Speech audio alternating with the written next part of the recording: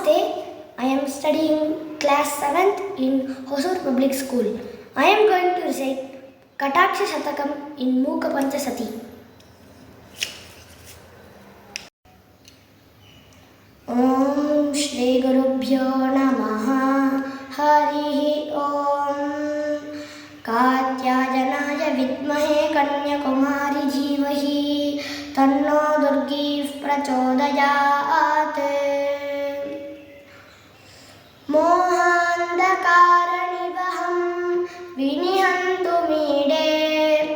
Mukatmanamapi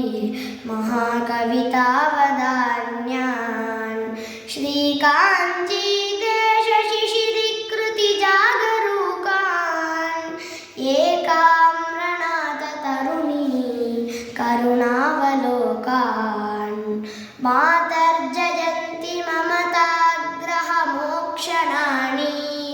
Mahendra Neelaruchi Sikshana Dakshinani Kamakshi Kalpita Jagatraya Rakshanani Twadvikshanani Varadana Vichakshanani Ananga Tantra Vidhi Darshita Kaushalanam Ananda Mandapari Gurnita Mantaranam Taralyamamba Tava Tadita Karnasimnam Kamakshi Kelati Kataksha Nirikshananam Kallolitena Karunarasa Vellitena Kalmashitena Kamaniya Mrudusmitena Mamanchitena Tava Kinchana Kunchitena Kamakshitena Shishiri Kuru Vikshitena Sahayakangatavati Murarjunasya Mandasmitasya Paritoshita Bhimachetaha Kamakshi Pandava Chamuriva Tavakina Karnantikam Chalati Hanta Kataksha Lakshmihi Astam Kshanannayatu me Paritapasuryam Ananda Chandramasam Anayatam Prakasham Kalandhakara Sushumam Kalayanti Gante Kamakshi Komala Kataksha Nishagamaste Tatanka Mukti Karucham Kurudanta Kantihi Karunyasti Pashi Kamani Nadirudaha Unmulayatva Shubhapada Pamasmadiyam Kamakshi Tavaka Kataksha Matanga Jetandraha Chaya Bharane Jagatam Paritapahari Tatanka Ratnamani Tallaja Pallava Shrihi Karunyanama Vikiranmakarandajalam Kamakshi Radhati Kataksha Suradrumaste Suryashraya Pranayinim Manikundalamshu Lauhitya Kokanada Kanana Mananiya Yanti Tava Smaraharanana Kanti Sindhum Kamakshi Rajati Kataksha Kalinda Kanya Prapnotiyam Sukrutinam Tava Pakshapatat Kamakshi Vikshana Vilasa Kalapurandri Sadyastameva Kila Mukti Vadhur Vrinite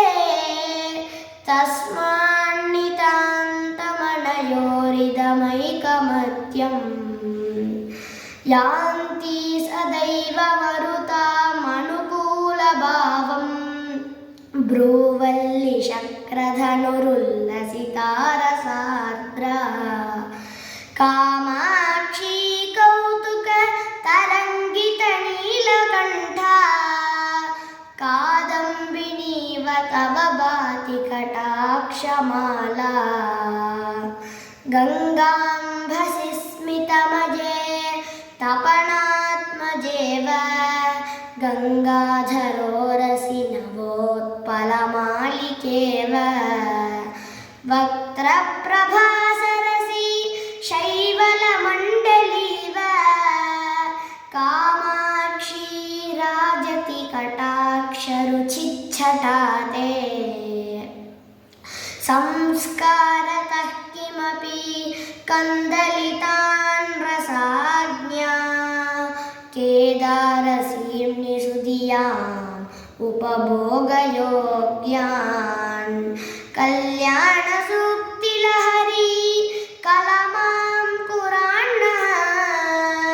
Kamakshi పక్ష్మలజతు త్వదపాంగమేఘః చాంచల్యమేవ నియతం కలయన్ ప్రకృత్యా మాలిన్యభూః శ్రతిపథాక్రమజాగరూకः కైవల్యమేవ కిము కల్పయతే నతానాం Kamakshi చిత్రమపి తే కరుణాకటాక్షः సంజీవనే జననీ చూతశిలీముఖస్య సమ్మోహనే శశికిశోరకశేఖరస్య సంస్తంభనే చ మమతాగ్రహచేష్టితస్య కామాక్షి వీక్షణకలా పరమౌషధం తే నీలోపి రాగమధికం జనయన్ పురారేః లోలోపి భక్తిమధికాం దృఢయన్నరాణాం వక్రోపి దేవి నమతాం శమతాం వితన్వన్ కామాక్షి నృత్యతు మయీ త్వదపాంగపాతః కామద్రుహో హృదయయంత్రణజాగరూకా కామాక్షి చంచలదృగంచలమేఖలాతే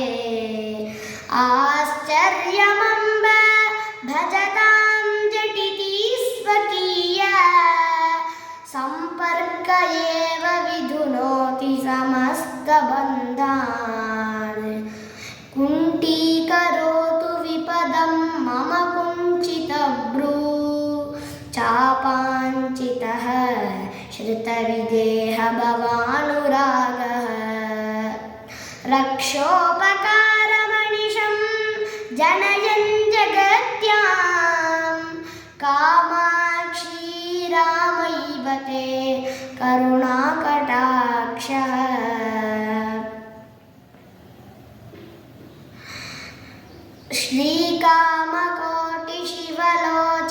श्रीकामकोटिशिवलोचनशोषितस्य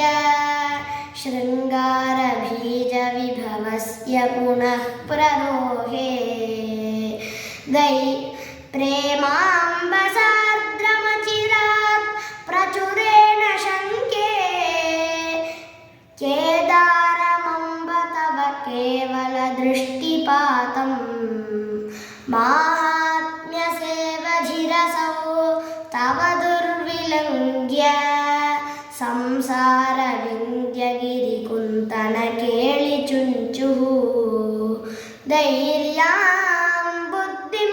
पशुपतेश्चुलकीकरोति कामाक्षी वीक्षणविजृम्भण कुम्भजन्मा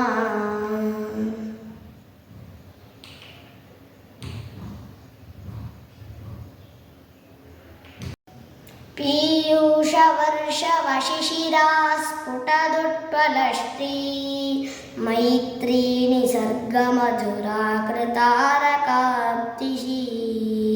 कामा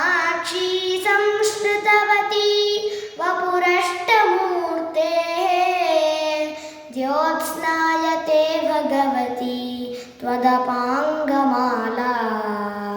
अम्भस्मरप्रतिभतस्य वपुर्मनोज्ञम्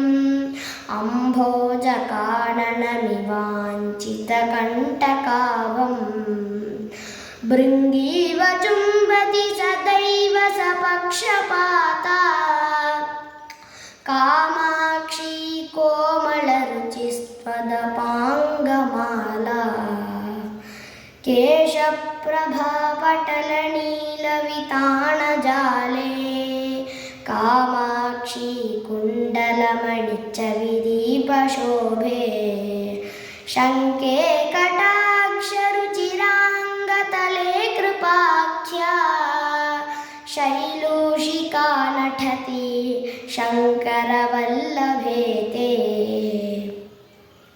अत्यन्तशीतलमतन्द्रयतु क्षणार्धम् अष्टोकविभ्रममणङ्गविलासकन्दम् अल्पस्मितादृतमपारकृपाप्रवाहम् अक्षिप्ररोहमचिरान्मयि कामकोटि मन्दाक्षरागतरलीकृतिपारतन्त्र्यात् कामाक्षी मन्तरतरां त्वदपाङ्गदोलाम् आरुह्य मन्दमतिकौतुकसालिचक्षुः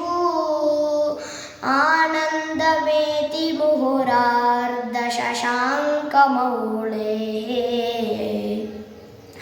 त्रयम्बकं त्रिपुरसुन्दरि हर्म्यभूमि रङ्गं विहारसरसी करुणाप्रवाहः दासाश्च वासवमुखाः परिपालनीयं कामाक्षी विश्वमपि वीक्षणभूभृतस्ते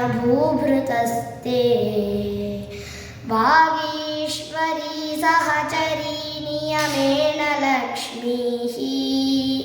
ब्रूवल्लरीव शकरी भुवनानि गेहम् रूपं त्रिलोकनयनामृतमम्ब तेषाम् कामाक्षी येषु तव वीक्षणपारतन्त्री माहेश्वरं जठिति मानसमीनमम्ब कामाक्षी धैर्यजलदौडितरां निमग्नम् जालेन शृङ्खलयति वपुरष्टमूर्तेः जालेन शृङ्खलयति त्वदपाङ्गनाम्ना विस्तारितेन विषमायुधदाशकोशौ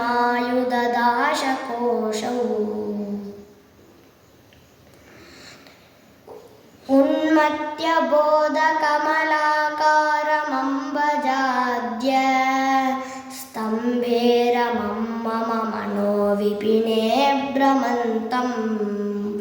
कुण्टीकुरुष्व तरसा कुटिलाग्रशीम्ना कामाक्षी तावककटाक्ष महाङ्कुशेन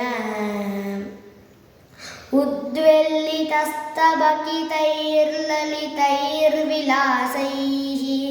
उत्थाय देवि तव गाढकटाक्षपुञ्जात्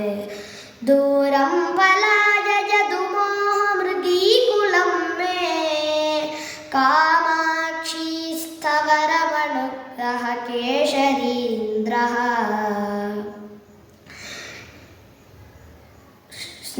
स्नेहादृतां विदलितोपलकान्तिचोरम् जेतारमेव जगदीश्वरि जेतु कामः मानोद्धतो मकरकेतुरसौ दुनीते कामाक्षी तावककटाक्षकृपाणवल्लीं श्रौतीं व्रजन्नपि सदा शरणीं मुनीनां कामाक्षी सन्ततमपि स्मृतिमार्गगामी कौटिल्यमम्बकतमस्थिरतां च दत्ते चौर्यं च पङ्कजरुचां त्वदपाङ्गपातः नित्यं श्रेतुः परिचितौ यतमानमेव नीलोत्पलं निजसमीपनिवासलोलं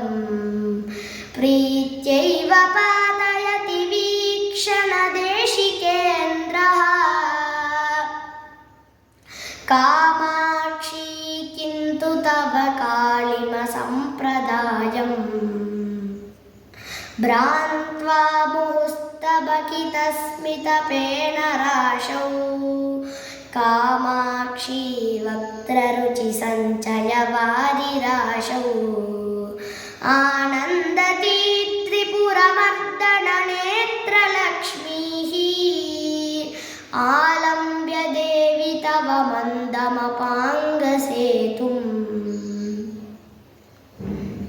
श्यामा तव त्रिपुरसुन्दरि लोचनश्रीः कामाक्षी कन्दलितमेदुरतारकान्तिः ज्योत्स्नावती स्मितरुचापि कथं तनोति स्पर्धामहो कुवलयैश्च तथा चकोरैः कालाञ्जनं च तव देवि निरीक्षणं च कामाक्षी साम्यशरणीं समुपैति कान्त्या निःशेषनेत्रसुलभं जगतीषु पूर्व मन्यस्त्रिनेत्रसुलभं तुहिनाद्रिकन्ये धूमाङ्कुरो मकरकेतनपावकस्य कामाक्षी नेत्ररुचिनीलिमचातुरीते अत्यन्तमद्भुतमिदं नयनत्रयस्य हर्षोदयं जनयते हरुणाङ्कमौलेः आरब्बले समये तव वीक्षणस्य कामाक्षी मूकमपि वीक्षणमात्रनम्रं सर्वज्ञता सकललोकसमक्षमेव कीर्तिस्वयं वर्णमाल्यवती वृणीते कालाम्बुवाहौवते परितापहारी कामाक्षी पुष्करमतः कुरुते कटाक्षः पूर्वः परं क्षणरुचाः समुपैति मैत्री मन्यस्तु सा ततरुचिं प्रकटीकरोति सूक्ष्मेऽपि दुर्गमतरेऽपि गुरुप्रसाद साहाय्यकेन विचरन्नपवर्गमार्गे संसारपङ्कनिचये न पतत्यमून्ते कामाक्षी गाढमवलम्ब्य कटाक्षयष्टि हरिः